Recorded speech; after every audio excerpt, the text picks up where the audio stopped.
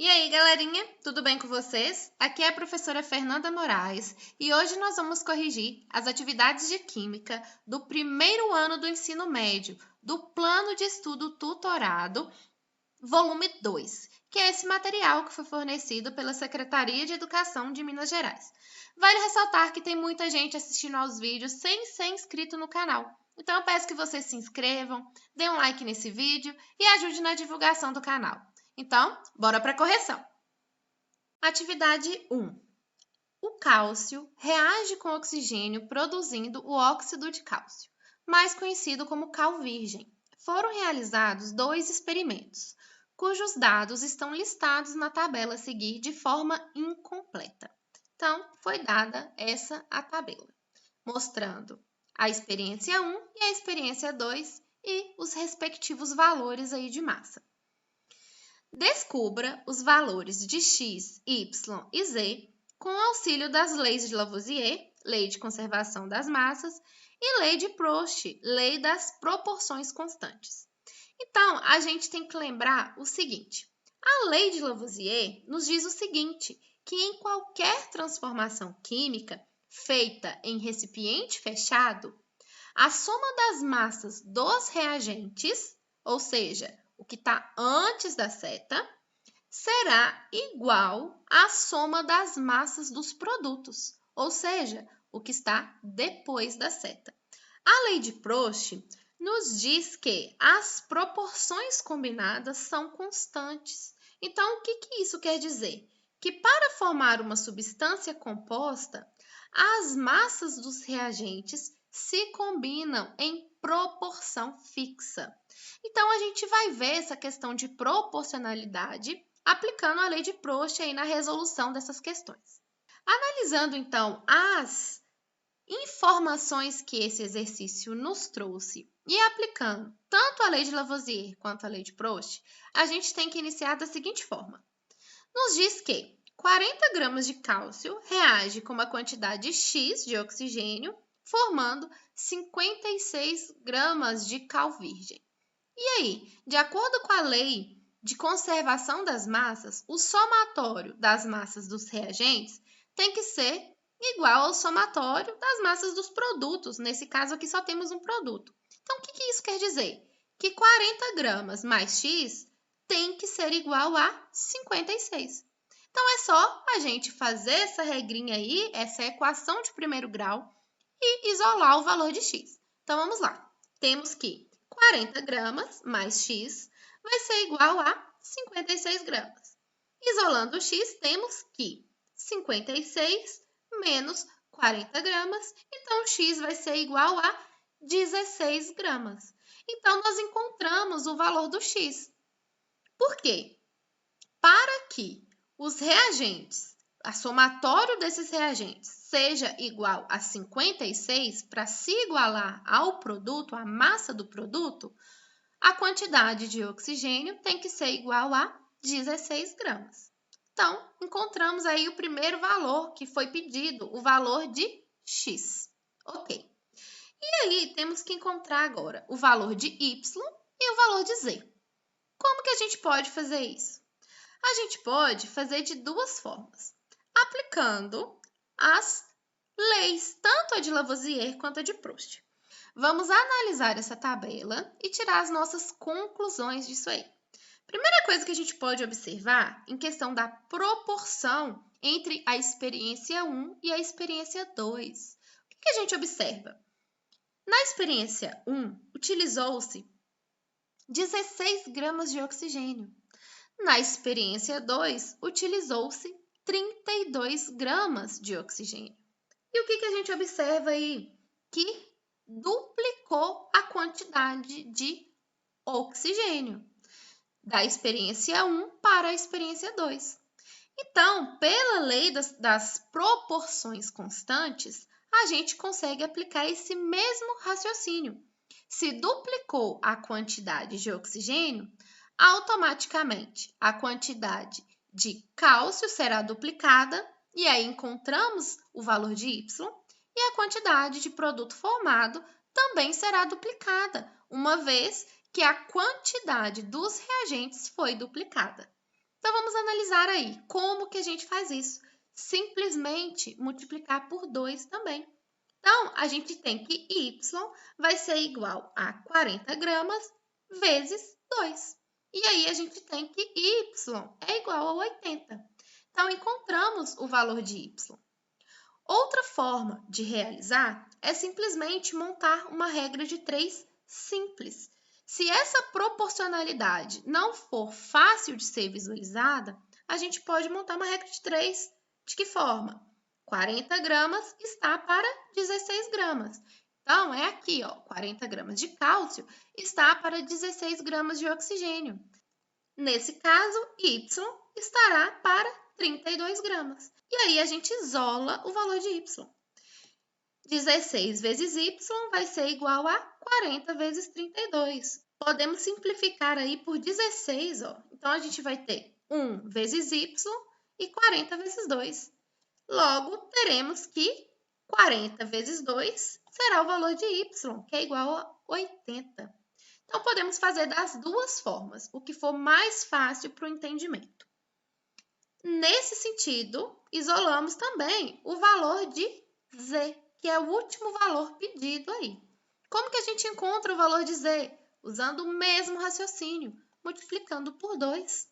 Então, a gente pode fazer de uma forma tranquilinha e rápida, que z vai ser 56 vezes 2, e z vai ser igual a 112. Então, a gente seguiu a lei da proporcionalidade, ou seja, das proporções constantes. Uma vez que a quantidade de oxigênio foi multiplicada por 2, a quantidade de cálcio também foi duplicada e, por fim, a quantidade de produto, que nesse caso é a cal virgem, também vai ser multiplicada por 2. Mas também podemos fazer por regra de 3. Como? Simplesmente como fizemos para encontrar o y. 16 gramas está para 56 gramas. Então, 32 gramas estará para z. Multiplicando cruzado, temos 16 vezes z é igual a 56 vezes 32. A gente pode simplificar aí por 16.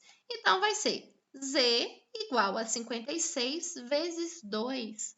Multiplicando por 2, 112 gramas. Então, vale ressaltar que encontramos aí todos os valores pedidos. X será igual a 16 gramas, Y igual a 80 gramas e Z igual a 112 gramas, seguindo a lei de Lavoisier e a lei de Proust. Atividade 2. 100 gramas de calcário é colocada sob aquecimento e se decompõe em 56 gramas de cal viva e 44 gramas de gás carbônico. Essa afirmativa está baseada na lei de qual cientista? A. Lavoisier, B. Dalton, C. Richter, D. Gay-Lussac, E. Proust. Então, vamos primeiro analisar a equação que está acontecendo nessa reação e aí a gente pode afirmar em qual lei que isso está sendo baseado. Então, nos diz que é calcário, lembrando da semana passada, quem não assistiu a correção das atividades da semana 2 sobre reações químicas, o link vai estar aqui, ó, à direita do vídeo. Então, assiste para a gente entender que essa é uma reação de decomposição. Então, calcário, sob aquecimento, gera cal virgem e gás carbônico. Nesse caso, é uma substância composta formando duas ou mais substâncias. Então, vamos lá. 100 gramas, que foi o que o exercício nos disse, 100 gramas de calcário se decompõe em 56 gramas de cal virgem e 44 gramas de gás carbônico. O que a gente pode observar? Que no reagente temos 100 gramas. E quantos gramas temos nos produtos? Só fazer o somatório. A gente percebe que a gente tem também 100 gramas no produto. E aí, o que a gente percebe? Que o somatório da quantidade de massa dos reagentes é igual ao somatório da quantidade de massa dos produtos. Qual cientista que estudou a lei da conservação das massas? Letra A, Lavoisier. Atividade 3. Na reação de neutralização do ácido clorídrico pelo hidróxido de magnésio, sabe-se que 73 gramas do ácido reage com 58 gramas do hidróxido, com formação de 36 gramas de água. Baseado nessas informações e utilizando a lei de Lavoisier, determine a massa do outro produto dessa reação, o cloreto de magnésio. Então, nesse caso, gente, mesmo a gente não conhecendo a fórmula desses reagentes, a gente pode escrever a reação que foi ditada no enunciado da questão, que nos diz que o ácido clorídrico, em uma reação de neutralização com o hidróxido de magnésio, forma água como produto e o cloreto de magnésio. Trouxe aqui as fórmulas desses reagentes e produtos para vocês já irem treinando e conhecendo cada um deles. Então, o ácido clorídrico é o HCl, o hidróxido de magnésio é o MgOH2, formando água, H2O, mais o MgCl2, que é o cloreto de magnésio. Então, o que o exercício nos diz? Vamos lá. Que 73 gramas de HCl reagiu com 58 gramas de hidróxido de magnésio. São os reagentes, formando 36 gramas de água mais X. E é esse X que é a quantidade de cloreto de magnésio que o exercício nos pede para determinar. Então, a gente busca por essa massa. Então, o que a gente faz primeiro? Se é para basear na lei de Lavoisier, o que a gente sabe? Que Lavoisier nos diz que a soma das massas dos reagentes em um sistema fechado é igual ao somatório das massas dos produtos. Então, a gente soma 73 com os 58 e aí a gente obtém 131 gramas de reagentes. E aí, a gente tem que obter como somatório das massas dos produtos também o valor de 131 gramas. Para quê? Para obedecer à lei de Lavoisier, que diz que o somatório das massas dos reagentes tem que ser igual ao somatório das massas dos produtos. Como que a gente faz isso? A gente tem aqui, ó, que 36 gramas mais o X, que é a massa do cloreto de magnésio, tem que ser igual a 131 gramas. Então, é só montar uma equação de primeiro grau. 36 mais x é igual a 131. Então, x será 131 menos 36. Logo, temos que x é igual a 95 gramas. Então, a gente sim determinou a massa do outro produto dessa reação, que é o cloreto de magnésio. E essa massa é de 95 gramas. Atividade 4. Os pratos A e B de uma balança foram equilibrados com um pedaço de papel em cada prato e efetuou-se a combustão apenas do material contido no prato A. Esse procedimento foi repetido com palha de aço no lugar de papel. Após cada combustão, observou-se. E aí nos pede para saber o nível de cada prato, se está acima um do outro ou se eles se encontram no mesmo nível. Então, primeiro vamos analisar esses procedimentos do que foi realizado da combustão do papel e da combustão da palha de aço. Então, vamos lá. Na primeira figura, houve a combustão do papel no prato A. Então, é um processo de queima. Houve queima desse papel que estava no prato A. E nada aconteceu com o papel que estava no prato B. No segundo experimento, também houve o processo de queima da palha de aço que se localizava, que se encontrava no prato A. Então, vamos ver o que aconteceu com cada uma dessas balanças, com cada um desse procedimento. No processo da queima do papel, o que acontece?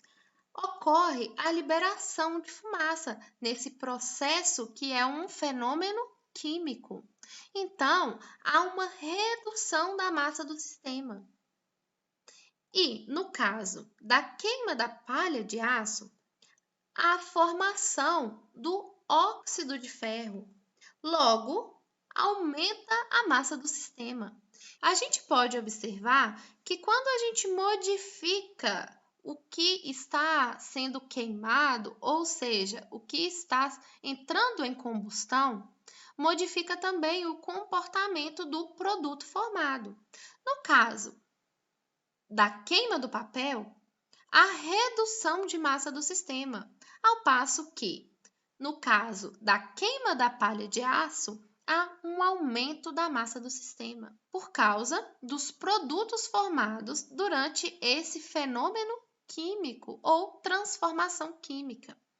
Então, quando a gente imagina como a balança ficaria, a gente pensa o seguinte: se há uma redução da massa do sistema quando o papel que está localizado aqui em A é queimado, quer dizer que P terá uma massa maior, certo? Então, esse é o perfil da balança agora.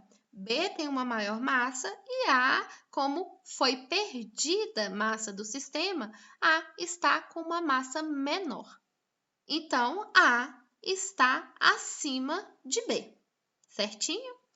E quando a gente imagina como ficaria a balança no processo de combustão da palha de aço, houve um aumento da massa do sistema. Então, A passa a ter uma massa maior do que B. Logo, A ficará abaixo de B nessa balança. Logo, a gente encontra a nossa resposta, que seria a letra D.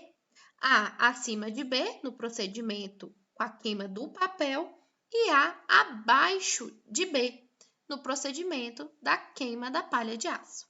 Atividade 5. O conjunto esquematizado contém inicialmente os reagentes A e B separados. Utilizando dois conjuntos desse tipo, são realizados os experimentos 1 e 2, misturando-se A e B, conforme descrito a seguir. Então, vamos ver como é feita essa descrição aí, ó. No experimento 1, tem-se como reagente A solução aquosa de nitrato de prata, como reagente B, pó de cloreto de sódio. E aí, como produtos, temos cloreto de prata sólido e solução aquosa de nitrato de sódio. A título de conhecimento, eu trouxe para vocês qual reação é essa, que nesse caso é o nitrato de prata, que é o AgNO3, reagindo com o cloreto de sódio, que é o NaCl, formando então o AgCl, que é o cloreto de prata sólido, e também o nitrato de sódio, que é o NaNO3. Nesse caso, quando é colocado esse AQ, significa que a solução é aquosa, ou seja, em água. E esse S aqui nos indica que está no estado sólido. Assim como é formado o AgCl no estado sólido, por isso esse Szinho aqui subscrito, e o AQ, solução aquosa em água. Então, essa é a tradução desse experimento 1 através de reações com os compostos químicos. O experimento 2 tem-se que reagente A, solução aquosa de cloreto de hidrogênio, e o reagente B, pó de carbonato de sódio. Como produtos temos água líquida, gás carbônico e solução aquosa de cloreto de sódio. Então, vamos traduzir isso aí para a reação química. 2HCl, então, ó, HCl em solução aquosa, por isso o AQ, mais o pó de carbonato de sódio, que é o Na2CO3, sólido, por isso o S subscrito. Então, esses são os reagentes, formando os produtos NaCl, aquoso, então está em água, mais H2O, que é água líquida, por isso esse L subscrito, mais CO2 no estado gasoso, por isso tem esse G aí subscrito, indicando que é um gás. E aí pede-se o seguinte: designando por I a massa inicial de cada conjunto. Então, I, galera, é a massa inicial. Ou seja, é a massa dos reagentes antes da mistura. E por F1 e F2, suas massas finais após misturar, tem-se que.